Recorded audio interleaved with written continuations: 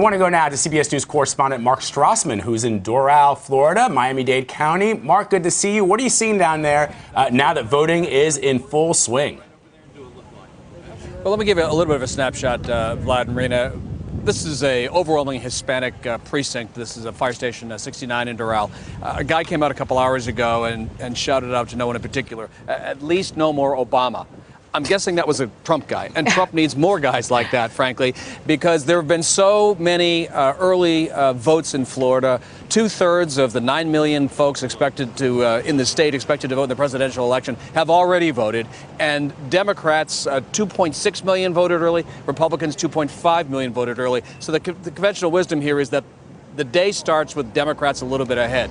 Trump has ground to make up here in Florida, and clearly, without Florida, his odds of reaching the White House are according to the experts, are fairly slim.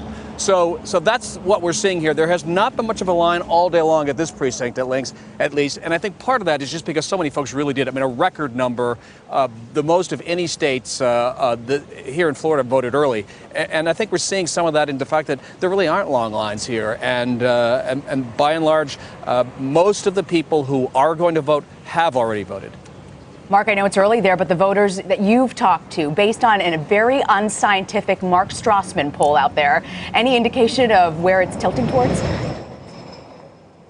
You know, no, I really wouldn't hazard a guess. I mean, look, the polls have, all the polls, including our CBS poll, have showed that the race is too close to call. And I think when you take, if you talk to, the Gutierrez family or the Johnson family coming out of here, you're basically going to get a sense of what's going on in those households. You're not really getting a sense of what's going on in the electorate at large. So, I mean, I think by and large, people here are split, people here are polarized, and people here are sick of the whole thing.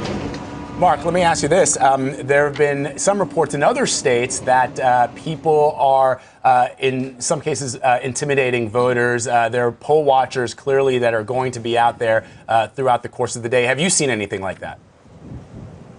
Nothing like that at all. I mean, and some of those reports, Lad, have been in Florida. There have been at least 3 reports of different kinds of voter intimidation, whether they're inside the polls. In one case, there was a report of a guy who was acting up inside a polling station, was asked to leave. But I've seen nothing like that. It's been all very neighborly and collegial here. We have some folks with local campaigns who, as you often find on election day, standing out here urging voters at the last minute to vote for their folks. But there are no Trump or Clinton people here at all, and by and large, people moving in and out of here. It's all been very pleasant. Some people are calling where you're standing, Mark, the ground zero of Florida. We're going to keep checking back with you throughout the afternoon. Our Mark Strassman. Thank you, Mark. Okay, guys. Talk soon.